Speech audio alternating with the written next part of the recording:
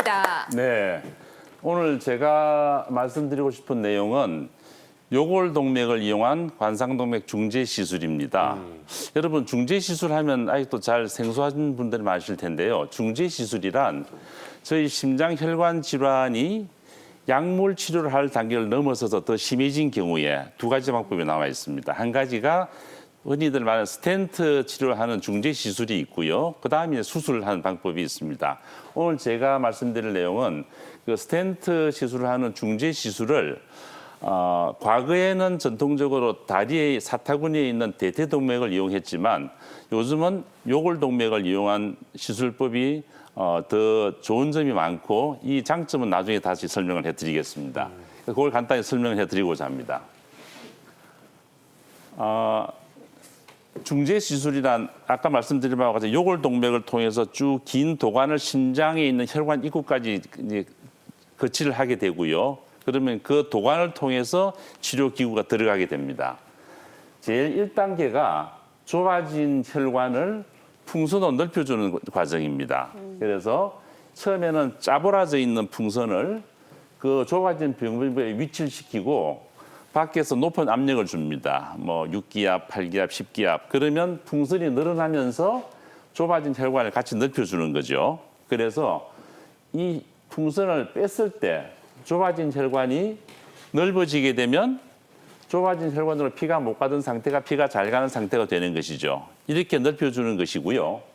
그 다음 슬라이드. 예, 이건 스텐트입니다. 대개 풍선만으로 치료했을 때는 이 혈관이라는 게 말랑말랑한 조직이지 않습니까? 탄성이 있기 때문에 넓혀준다고 그대로 유지가 되지는 않거든요. 그래서 다시 좁아지는 경우가 있기 때문에 스텐트라는 걸 사용을 합니다. 스텐트라고 하는 건 금속으로 되어 있는 그물망 같은 것이고요. 마찬가지로 짜부라져 있는 풍선 위에 이게 씌워져 있습니다. 병변 부위에 스텐트를 위치시키고 풍선을 부풀리면 이 스텐트는 같이 늘어나게 되죠. 그리고 풍선을 뺐을 때 스텐트는 남아있게 됩니다. 그럼 이 스텐트는 다시 좁아지는 재협착을 방지해주는 역할을 하게 되고요. 제가 모형을 하나 가지고 왔는데 스텐트라고 하는 게 혹시 이게 보이실까요? 오. 예, 네. 이렇게 이건 물론 모형이기 때문에 큽니다. 실제로 사용하는 건 훨씬 작죠. 이렇게 그냥 튜브가 아니라 그물처럼 되어 있는 이제 흔히 말하는 그물망이라고 하는 게 스텐트입니다. 네. 저희가 중재술을 할 때 과거 전통적으로는 대퇴동맥을 많이 사용을 했죠. 허벅지 쪽에. 네, 허벅지에는. 그런데 최근에는 요골동맥을 많이 사용을 하고 있습니다. 다음 슬라이드 주실까요? 이건 앞이고요. 그다음 네, 요골동맥을 사용하게 되면 여러 가지 장점이 있습니다.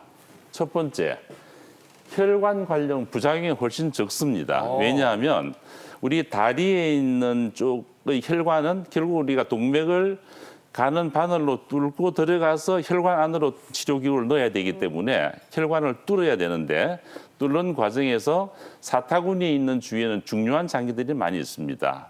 신경도 지나가고 정맥도 지나가고 그래서 그런 것들 다칠 위험이 상당히 많고요. 하지만 그에 반해서 요골동맥은 그 주위에 별로 중요한 구조물이 없습니다. 네. 그래서 시술에 따른 부작용이나 합병증이 훨씬 적고요. 그다음 환자분이 굉장히 편해하십니다. 왜냐하면 다리 혈관은 동맥이기 때문에 시술이 끝난 뒤에 지혈을 해야 되는데 다리 혈관을 지혈하기 위해서는 꼼짝 말고 누워서 적어도 한 6시간을 누워 있어야 합니다. 위에 무거운 이제 모래주머니 같은 거 놓고 하게 되고요. 네. 그다음 시술을 빨리 거동할 수 있기 때문에 퇴원을 빨리 할 수가 있고 네. 더 중요한 것은 시술 시에 사망률이 낮게 되는 것입니다. 중요한 네. 내용이죠. 알겠습니다. 여기까지 해서 교수님 강의 들어봤습니다. 감사합니다. 네, 잘 들었습니다. 감사합니다. 그 수술도 중요하지만 또 사후 관리도 중요할 것 같고요. 근데 이 대퇴동맥이 허벅지에 있는 동맥보다는 좀 얇으니까 시술이 까다롭지도 않을까 그 걱정도 좀 되더라고요, 저는요. 저는 뭐 네. 까다로운 거보다 이 비용이 조금 궁금합니다. 사실 좀 비쌀 것 같아가지고. 네. 그 대퇴동맥을 사용하는 것보다 처음 시작할 때는 물론 혈관이 작다 보니까 네. 조금 더 힘들긴 합니다. 하지만 몇 번 하다 보면 금방 익숙해질 수 있고요. 네. 안타깝게도 요골동맥을 사용한다고 비용이 더 더 받지는 않습니다. 예. 저희한테는 안타까운 게 아니네요. 그렇군요. 그래서 실제로 우리 한규록 교수님께 급하게 실려와서 네. 이 요골동맥 스텐트로 목숨을 구한 사례자가 계셔서 저희가 만나봤습니다. 화면으로 확인하시죠. 얼마 전 큰 위기를 겪었다는 분을 만났는데요. 지난 1월 협심증 진단을 받은 김인수 씨. 제가 작년에 12월부터 1월까지 심장에 답답함을 많이 느꼈어요. 심장 때문에 응급실을 3번이나 갔었습니다. 가만히 있어도 가슴에 뭔가 얹힌 듯한 기분이 들고 답답함이 느껴지곤 했다는 김인수 씨. 그때마다 병원을 찾아 약물 치료를 받곤 했다는데요. 응급실을 찾아가서 링겔을 맞고 나면 호전이 되는 것 같았는데 다음에 또 심장에 이상이 생겨서 숨도 못 쉬게 아팠어요. 그래서 제대로 검사를 해봐야 한다고 해서 검사를 했어요. 검사 결과 관상동맥이 70% 가까이 막혀있는 협심증이었습니다. 그렇다면 무엇이 49세 젊은 남성의 심장혈관을 꽉 막히게 한 걸까요? 실은 제가 11년 전에 빅맥 때문에 시술을 받은 적이 있어요. 원래도 심장 상태가 좋지는 않았던 거죠. 그런데 너무 신경을 쓰지 못하고 살았습니다. 평소 고지혈증도 있었지만 관리를 안 하고 담배도 많이 피웠다는데요. 먹고 싶은 거 다 먹고 술도 마시고 담배도 피우고 그냥 하지 말라는 건 다 한 것 같아요. 초반에는 조심을 하다가 또 이상이 없으니까 괜찮겠지 하고 넘어갔던 것 같아요.